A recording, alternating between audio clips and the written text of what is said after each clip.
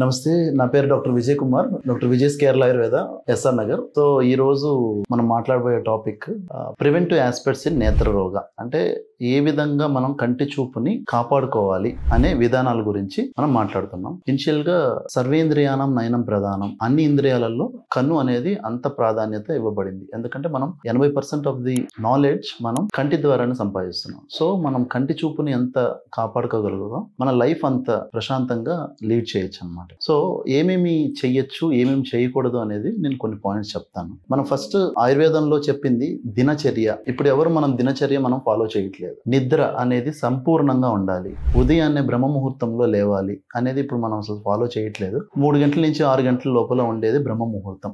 ఆ బ్రహ్మ ముహూర్తంలో లేవడం, అంజనం అనే ఒక ఐ డ్రాప్స్ అనేది చెప్పబడింది ఆయుర్వేదంలో. అంజనం కానీ నస్యం అనేది నోసల్ డ్రాప్స్ తో వేసుకొని మనం ఒక ప్రొసీజర్ ఉంది, అది కూడా చెప్పబడింది. పాత రోజుల్లో వేసుకునే వాళ్ళు, ఇప్పుడు అలవాటు పోయి మనం ఎవరం వేసుకోవట్లేదు. అది కూడా వన్ ఆఫ్ ది దినచర్య.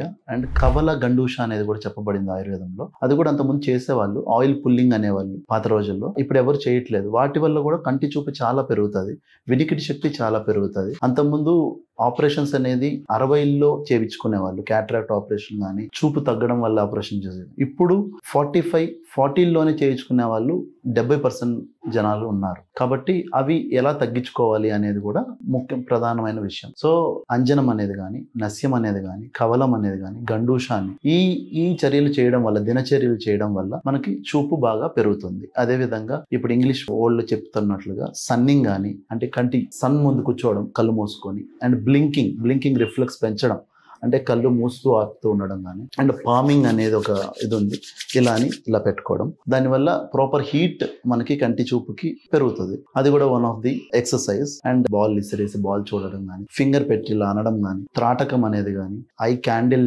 ఫ్లేమ్ కానీ, ఇవన్నీ చేయడం వల్ల కూడా కంటి చూపు పెరుగుతుంది. అండ్ అదే విధంగా మనం పిల్లలకి కానీ, మనం కానీ 30 సెంటీమీటర్స్ అబోవ్ పెట్టుకోవాలి. ఎప్పుడైనా మొబైల్ కానీ ఏదైనా కానీ మనం అంత డిస్టెన్స్ లో పెట్టుకునే చూడాలి. మనం అందరూ ఇలా పెట్టుకొని చూస్తున్నాం, అది చాలా తప్పు. అండ్ దానివల్ల కూడా మెడ సమస్యలు కూడా వస్తున్నాయి. కాబట్టి మనం 30 సెంటీమీటర్స్ డిస్టెన్స్ లో ఈ విధంగా పెట్టుకోవాలి మొబైల్. మనం ఏదైనా స్టాండ్ పెట్టుకోవడం చాలా అవసరం ఈ రోజుల్లో. అది కూడా ఒకటి. అండ్ బ్లింకింగ్ రిఫ్లెక్స్, ఇందా చెప్పినట్లుగా ఒక మినిట్ కి 21 టైమ్స్ బ్లింకింగ్ చేయాలి. మనం ఈ రోజుల్లో మనం అవి తగ్గించాము. కాబట్టి అది ఒక ఎక్సర్సైజెస్ గా మనం చేసుకోవడం చాలా ఇంపార్టెంట్. రోజుకు ఒక 5-6 సార్లుగా బ్లింకింగ్, ఒక 50-100 టైమ్స్ మనం బ్లింకింగ్ చేయడం వల్ల కూడా మనకి క్లియర్ ఫిలిం బాగా డెవలప్ అయ్యి మన కంటి చూపు కూడా చాలా బాగా కనిపిస్తుంది అన్నట్లు అనమాట. అదే విధంగా ఫుడ్ ఐటమ్స్ తీసుకుంటే మనం గోధుమలు తీసుకోవచ్చు, పచ్చి బఠానీ తీసుకోవచ్చు, పెసరపప్పు తీసుకోవచ్చు. రోజు కందిపప్పు కొద్దిగా తగ్గించాలి, పచ్చళ్ళు చాలా వరకు తగ్గించాలి.